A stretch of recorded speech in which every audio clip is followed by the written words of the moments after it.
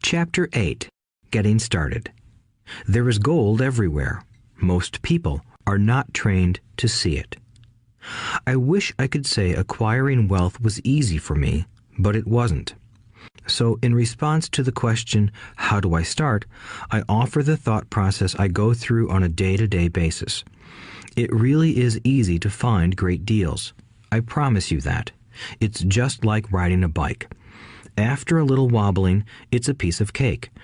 But when it comes to money, it takes determination to get through the wobbling. That's a personal thing. To find million-dollar deals of a lifetime requires us to call on our financial genius. I believe that each of us has a financial genius within us. The problem is that our financial genius lies asleep, waiting to be called upon. It lies asleep because our culture has educated us into believing that the love of money is the root of all evil. It has encouraged us to learn a profession so we can work for money, but failed to teach us how to have money work for us. It taught us not to worry about our financial future because our company or the government would take care of us when our working days are over. However, it is our children, educated in the same school system, who will end up paying for this absence of financial education. The message is still to work hard, earn money, and spend it. And when we run short, we can always borrow more. Unfortunately, 90% of the Western world subscribes to the above dogma, simply because it's easier to find a job and work for money. If you are not one of the masses, I offer you the following 10 steps to awaken your financial genius. I simply offer you the steps I have personally followed. If you want to follow some of them, great. If you don't, make up your own. Your financial genius is smart enough to develop its own list. While in Peru, I asked a gold miner of 45 years how he was so confident about finding a gold mine. He replied, "There is gold everywhere. Most people are not trained to see it." And I would say that is true. In real estate, I can go out and in a day come up with 4 or 5 great potential deals, while the average person will go out and find nothing, even looking in the same neighborhood. The reason is that they have not taken the time to develop their financial genius.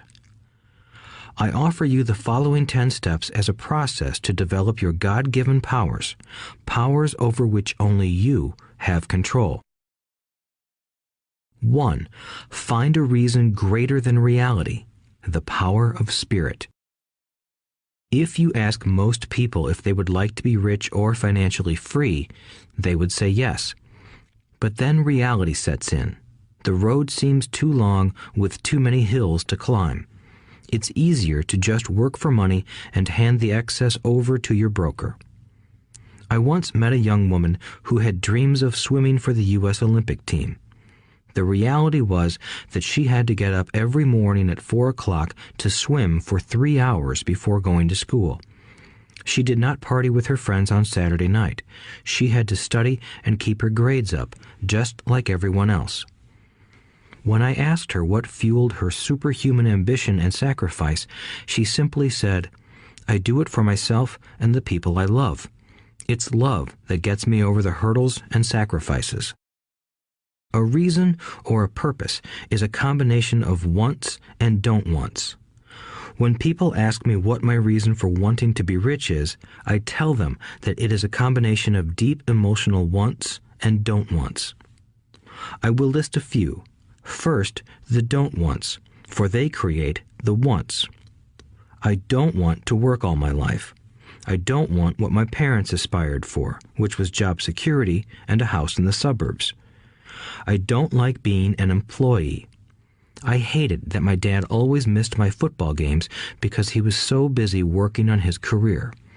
I hated it when my dad worked hard all his life and the government took most of what he worked for at his death. He could not even pass on what he worked so hard for when he died. The rich don't do that.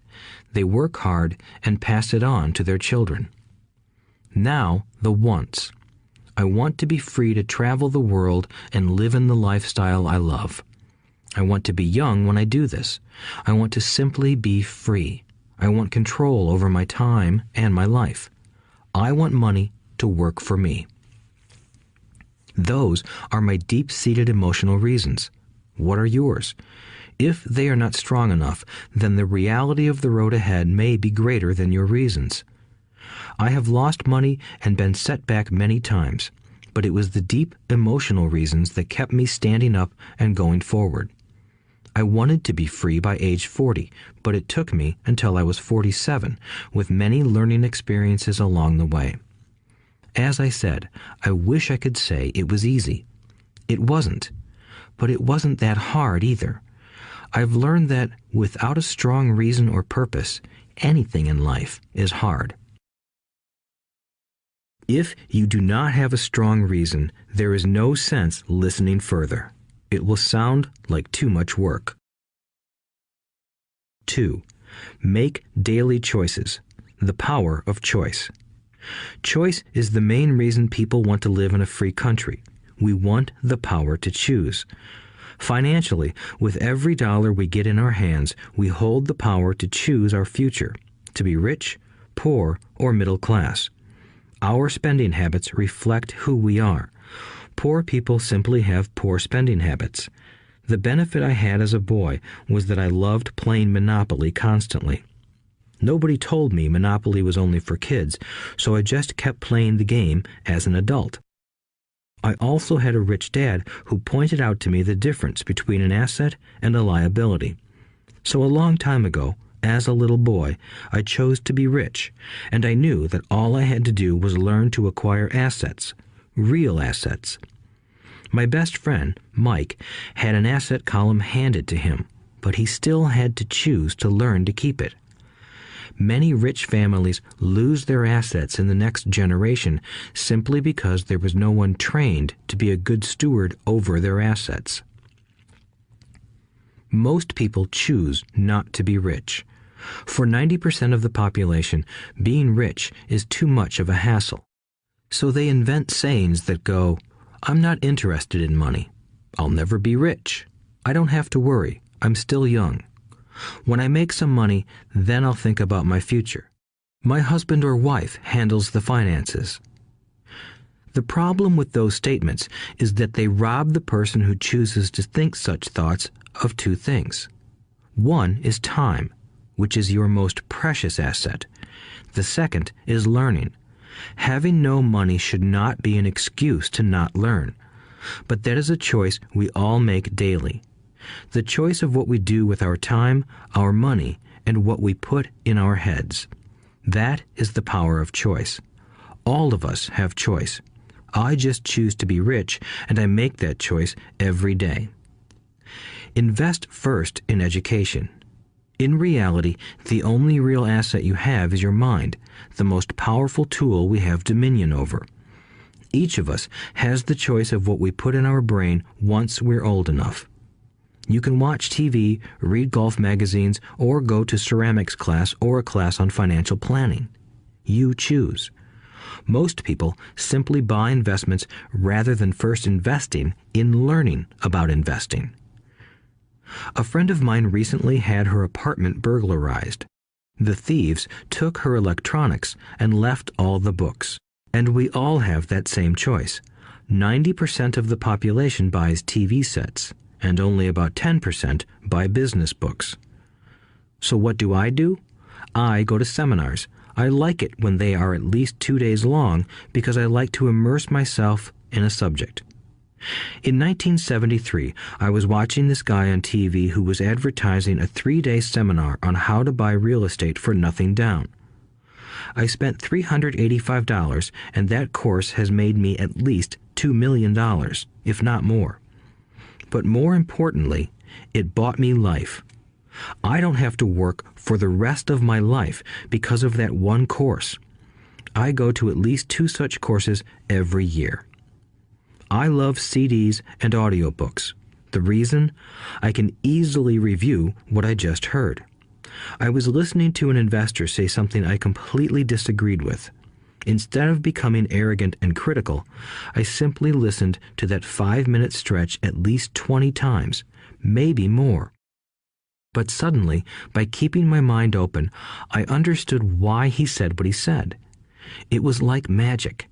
I felt like I had a window into the mind of one of the greatest investors of our time. I gained tremendous insight into the vast resources of his education and experience. The net result? I still have the old way I used to think, and I now have a new way of looking at the same problem or situation. I have two ways to analyze a problem or trend, and that is priceless. Today, I often say, how would Donald Trump do this, or Warren Buffett, or George Soros? The only way I can access their vast mental power is to be humble enough to read or listen to what they have to say. Arrogant or critical people are often people with low self-esteem who are afraid of taking risks. That's because if you learn something new, you are then required to make mistakes in order to fully understand what you have learned. If you have listened this far, arrogance is not one of your problems. Arrogant people rarely read or listen to experts. Why should they? They are the center of the universe. There are so many intelligent people who argue or defend when a new idea clashes with the way they think. In this case, their so-called intelligence combined with arrogance equals ignorance. Each of us knows people who are highly educated or believe they are smart, but their balance sheet paints a different picture. A truly intelligent person welcomes new ideas, for new ideas can add to the synergy of other accumulated ideas.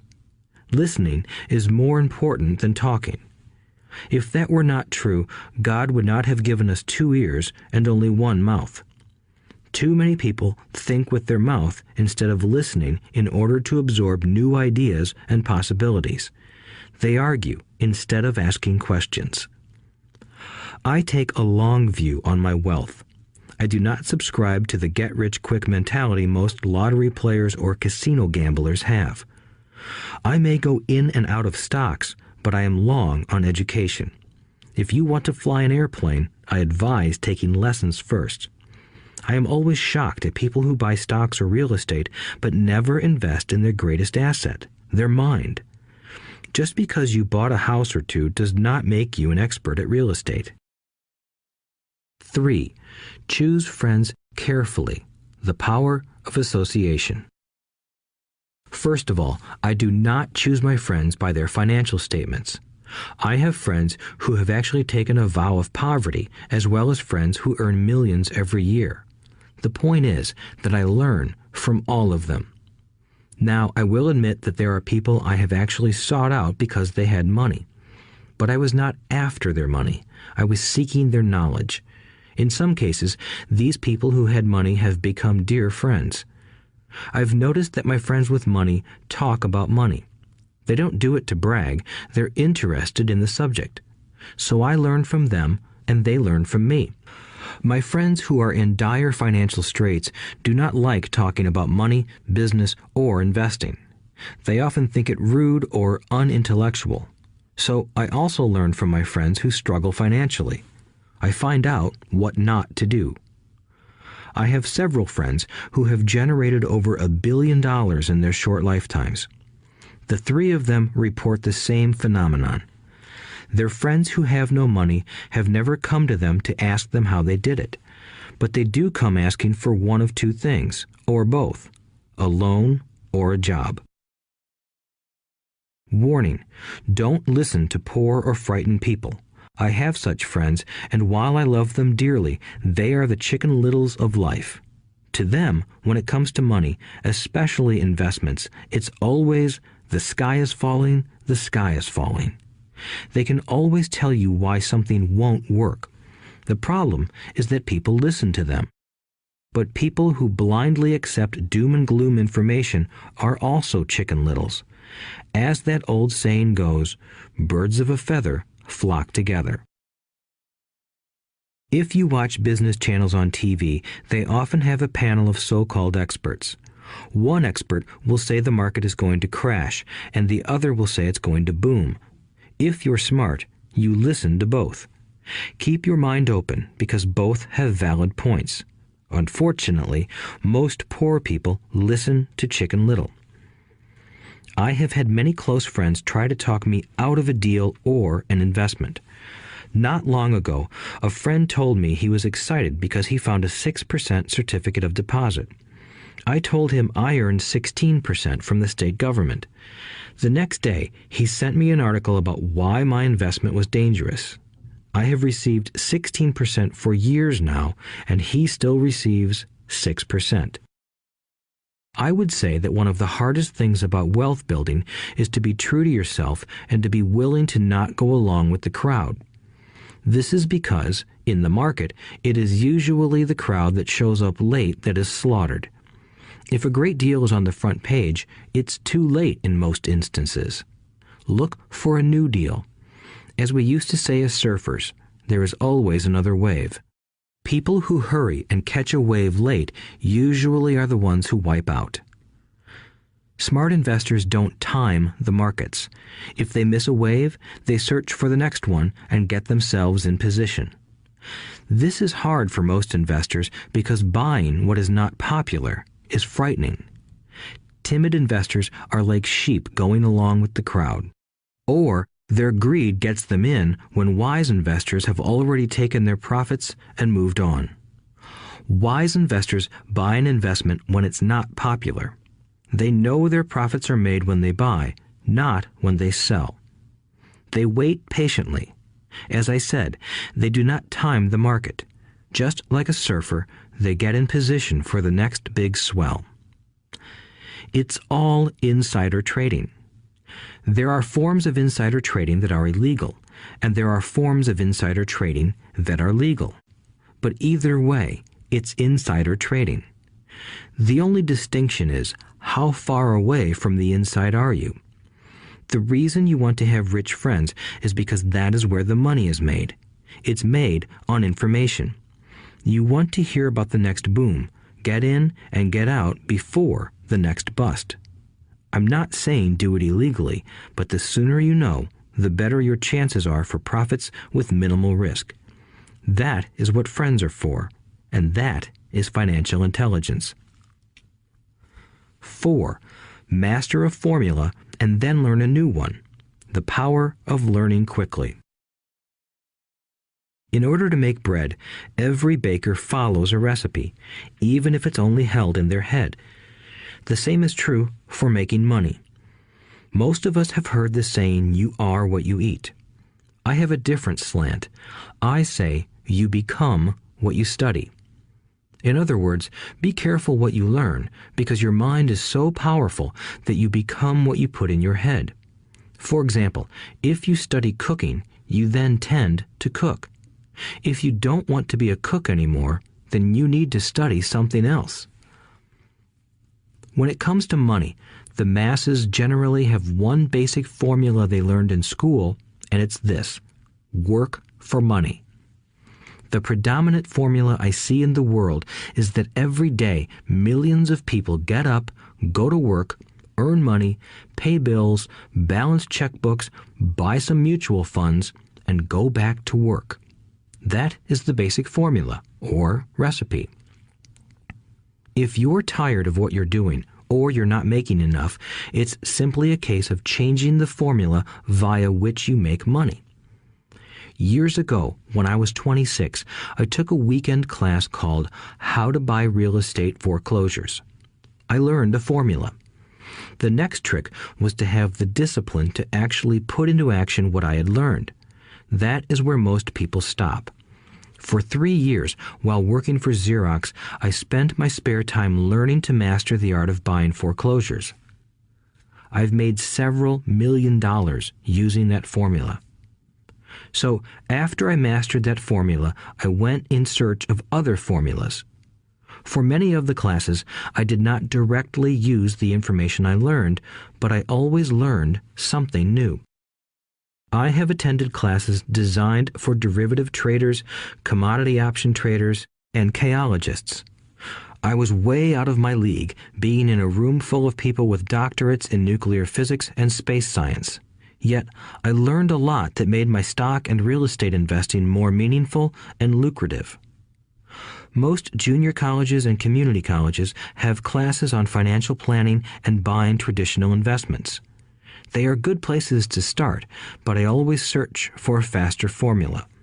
That is why, on a fairly regular basis, I make more in a day than many people will make in their lifetime. Another side note, in today's fast-changing world, it's not so much what you know anymore that counts, because often what you know is old. It is how fast you learn. That skill is priceless. It's priceless in finding faster formulas, recipes, if you will, for making dough.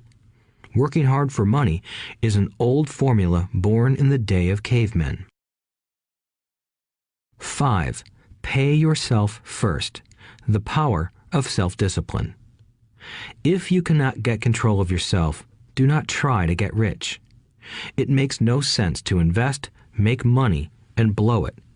It is the lack of self-discipline that causes most lottery winners to go broke soon after winning millions. It is the lack of self-discipline that causes people who get a raise to immediately go out and buy a new car or take a cruise. It is difficult to say which of the 10 steps is the most important, but of all of the steps, this step is probably the most difficult to master if it is not already a part of your makeup. I would venture to say that personal self-discipline is the number one delineating factor between the rich, the poor, and the middle class. Simply put, people who have low self-esteem and low tolerance for financial pressure can never be rich. As I have said, a lesson learned from my rich dad was that the world will push you around. The world pushes people around, not because other people are bullies, but because the individual lacks internal control and discipline.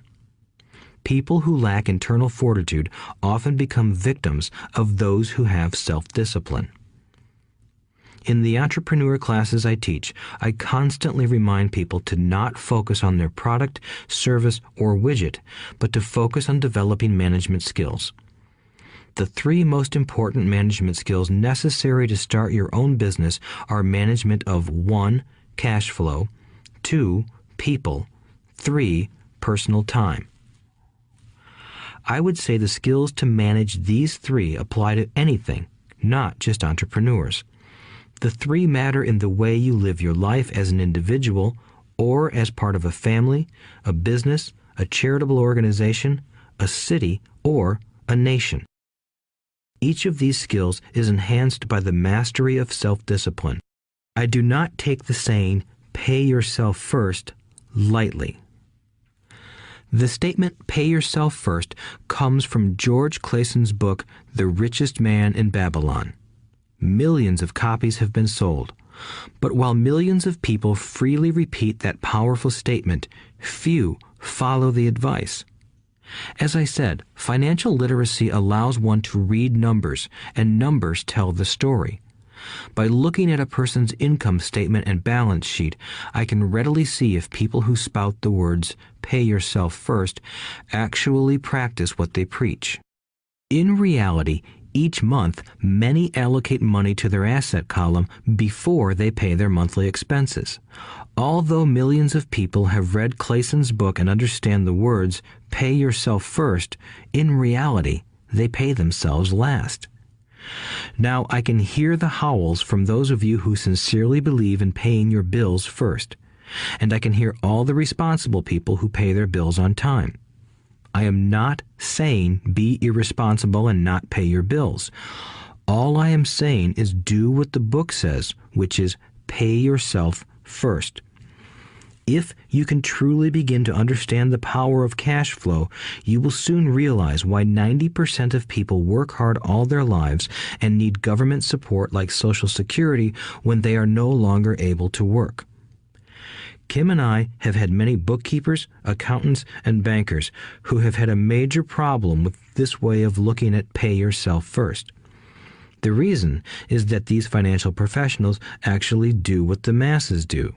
They pay themselves last. There have been times in my life when, for whatever reason, cash flow was far less than my bills. I still paid myself first. My accountant and bookkeeper screamed in panic. They're going to come after you. The IRS is going to put you in jail.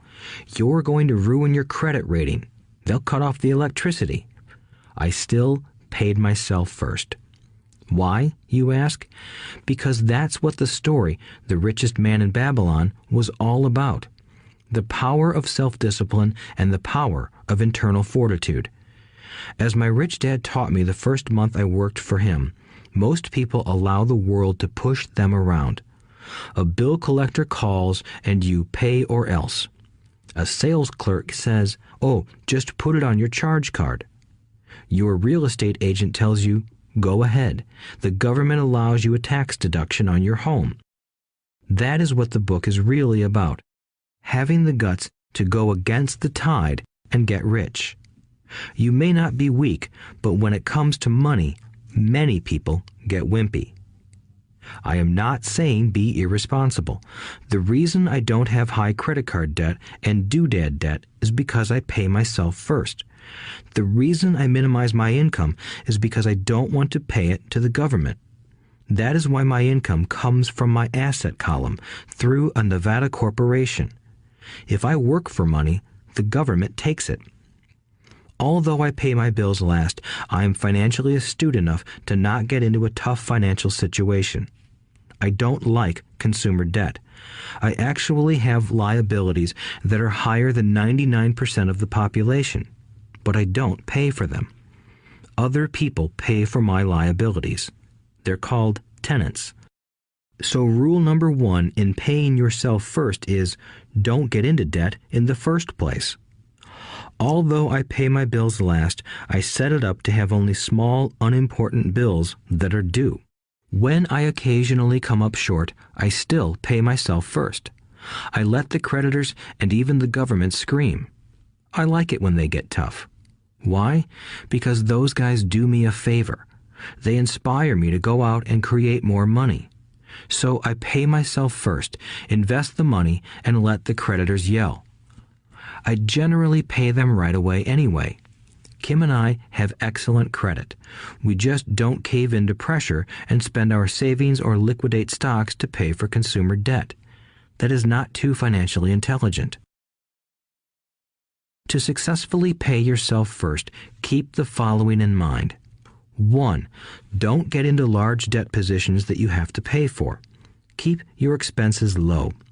Build up assets first. Then buy the big house or nice car. Being stuck in the rat race is not intelligent. 2. When you come up short, let the pressure build and don't dip into your savings or investments. Use the pressure to inspire your financial genius to come up with new ways of making more money and then pay your bills. You will have increased your ability to make more money as well as your financial intelligence. So many times I have gotten into financial hot water and used my brain to create more income while staunchly defending the assets in my asset column. My bookkeeper has screamed and dived for cover, but I was like a good soldier defending the fort. Fort assets. Poor people have poor habits. A common bad habit is innocently called dipping into savings. The rich know that savings are only used to create more money, not to pay bills. I know that sounds tough, but as I said, if you're not tough inside, the world will always push you around anyway. If you do not like financial pressure, then find a formula that works for you. A good one is to cut expenses, put your money in the bank, pay more than your fair share of income tax, buy safe mutual funds, and take the vow of the average. But this violates the pay yourself first rule. This rule does not encourage self-sacrifice or financial abstinence. It doesn't mean pay yourself first and starve. Life was meant to be enjoyed. If you call on your financial genius, you can have all the goodies of life, get rich, and pay bills. And that is financial intelligence. 6. Pay your brokers well. The power of good advice. Sometimes I see people posting a sign in front of their house that says, "For sale by owner." Or I see people on TV claiming to be discount brokers. My rich dad taught me to take the opposite approach. He believed in paying professionals well, and I have adopted that policy also. Today, I have expensive attorneys, accountants, real estate brokers, and stockbrokers. Why? Because if, and I do mean if, the people are professionals, their services should make you money. And the more money they make, the more money I make. We live in the information age. Information is priceless. A good broker should provide you with information as well as take the time to educate you. I have several brokers who do that for me. Some taught me when I had little or no money, and I am still with them today. What I pay a broker is tiny in comparison with what kind of money I can make because of the information they provide. I love it when my real estate broker or stockbroker makes a lot of money because that usually means I made a lot of money. A good broker saves me time in addition to making me money. Like when I bought the vacant land for $9,000 and sold it immediately for over $25,000 so I could buy my Porsche quicker. A broker is my eyes and ears in the market. They're there every day, so I do not have to be. I'd rather play golf. People who sell their house on their own must not value their time much. Why would I want to save a few bucks when I could use that time to make more money or spend it with those I love? What I find funny is that so many poor and middle-class people insist on tipping restaurant help 15 to 20%, even for bad service, but complain about paying a broker 3 to 7%. They enjoy tipping people in the expense column and stiffing people in the asset column. That is not financially intelligent. Keep in mind that not all brokers are created equal. Unfortunately, most brokers are only salespeople. They sell, but they themselves own little or no real estate. There is a tremendous difference between a broker who sells houses and a broker who sells investments. The same is true for stock, bond, mutual fund, and insurance, brokers who call themselves financial planners. When I interview any paid professional, I first find out how much property or stocks they personally own and what percentage they pay in taxes. And that applies to my tax attorney as well as my accountant. I have an accountant who minds his own business. His profession is accounting, but his business is real estate. I used to have an accountant who was a small business accountant, but he had no real estate. I switched because we did not love the same business. Find a broker who has your best interests at heart. Many brokers will spend the time educating you, and they could be the best asset you find. Just be fair, and most of them will be fair to you. If all you can think about is cutting their commissions, then why should they want to help you? It's just simple logic. As I said earlier, one of the management skills is the management of people. Many people only manage people they feel smarter than and they have power over. Many middle managers remain middle managers, failing to get promoted because they know how to work with people below them, but not with people above them. The real skill is to manage and reward the people who are smarter than you in some technical area. That is why companies have a board of directors. You should have one too. That is financial intelligence. 7. Be an Indian giver. The power of getting something for nothing. When the first European settlers came to America, they were taken aback by a cultural practice some American Indians had. For example, if a settler was cold, the Indian would give the person a blanket. Mistaking it for a gift, the settler was often offended when the Indian asked for it back. The Indians also got upset when they realized that settlers did not want to give it back. That is where the term Indian giver came from, a simple cultural misunderstanding. In the world of the asset column, being an Indian giver is vital to wealth. The sophisticated investor's first question is, how fast do I get my money back? They also want to know what they get for free, also called a piece of the action. That is why the ROI, or return on investment, is so important. For example, I found a small condominium that was in foreclosure a few blocks from where I lived. The bank wanted $60,000 and I submitted a bid for $50,000, which they took simply because, along with my bid, was a cashier's check for $50,000. They realized I was serious. Most investors would say, "Aren't you tying up a lot of cash? Would it not be better to get a loan on it?" The answer is, not in this case.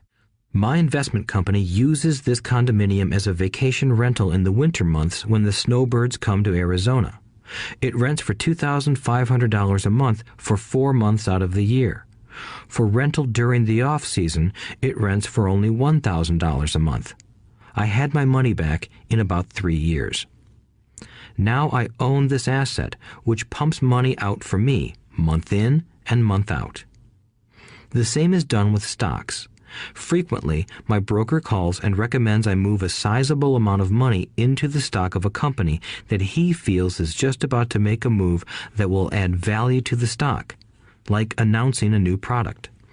I will move my money in for a week to a month while the stock moves up. Then I pull my initial dollar amount out and stop worrying about the fluctuations of the market because my initial money is back and ready to work on another asset. So my money goes in, and then it comes out, and I own an asset that was technically free.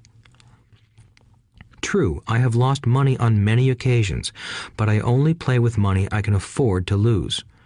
I would say, on an average 10 investments, I hit home runs on 2 or 3, while 5 or 6 do nothing, and I lose on 2 or 3.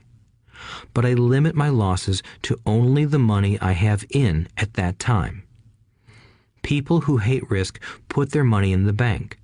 In the long run, safe savings are better than no savings.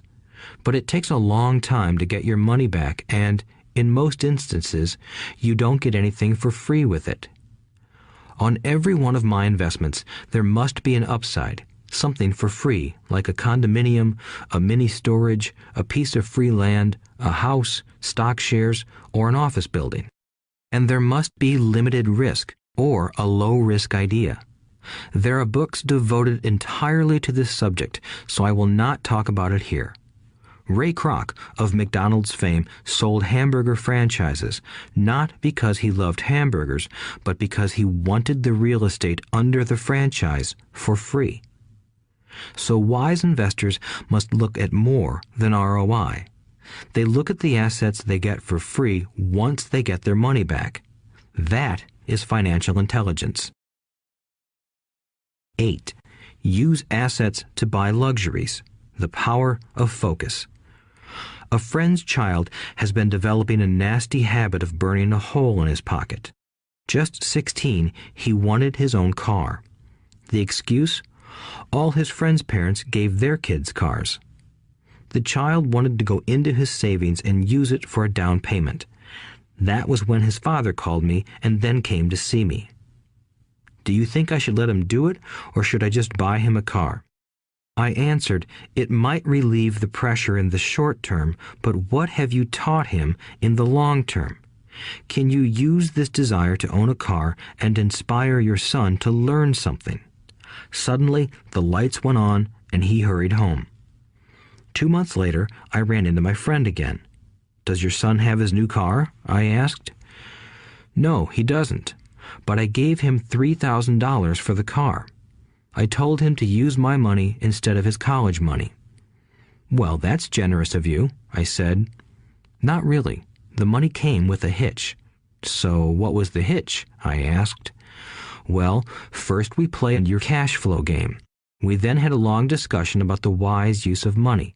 After that, I gave him a subscription to the Wall Street Journal and a few books on the stock market." "Then what?" I asked. "What was the catch?" I told him the $3,000 was his, but he could not directly buy a car with it. He could use it to find a stockbroker and buy and sell stocks. Once he had made $6,000 with the $3,000, the money would be his for the car, and the $3,000 would go into his college fund. "And what are the results?" I asked. Well, he got lucky early in his trading, but lost everything a few days later. Then he really got interested. Today, I would say he is down $2,000, but his interest is up. He has read all the books I bought him, and he's gone to the library to get more. He reads the Wall Street Journal voraciously, watching for indicators. He's only got $1,000 left, but his interest and learning are sky high. He knows that if he loses that money, he walks for 2 more years. But he does not seem to care. He even seems uninterested in getting a car because he's found a game that is more fun. What happens if he loses all the money? I asked. We'll cross that bridge when we get to it. I'd rather have him lose everything now than wait till he's our age to risk losing everything. And besides, that is the best $3,000 I've ever spent on his education. What he is learning will serve him for life, and he seems to have gained a new respect for the power of money. As I said earlier, if a person cannot master the power of self-discipline, it is best not to try to get rich. I say this because although the process of developing cash flow from an asset column is easy in theory, what's hard is the mental fortitude to direct money to the correct use. Due to external temptations, it is much easier in today's consumer world to simply blow money out the expense column. With weak mental fortitude, that money flows into the paths of least resistance. That is the cause of poverty and financial struggle. The following example illustrates the financial intelligence needed to direct money to make more money. If we give 100 people $10,000 at the start of the year, I believe that at the end of the year, 80 would have nothing left. In fact, many would have created greater debt by making a down payment on a new car, refrigerator, electronics, or a holiday. 16 would have increased that $10,000 by 5 to 10%. 4 would have increased it to $20,000 or into the millions. We go to school to learn a profession so we can work for money. It is my opinion that it's just as important to learn how to have money work for you. I love my luxuries as much as anyone else. The difference is I don't buy them on credit. It's the keep up with the Joneses trap. When I wanted to buy a Porsche, the easy road would have been to call my banker and get a loan. Instead of choosing to focus in the liability column, I chose to focus in the asset column. As a habit, I use my desire to consume to inspire and motivate my financial genius to invest. Too often today, we focus on borrowing money to get the things we want instead of focusing on creating money. One is easier in the short term, but harder in the long term. It's a bad habit that we as individuals and as a nation have gotten into. Remember, the easy road often becomes hard, and the hard road often becomes easy.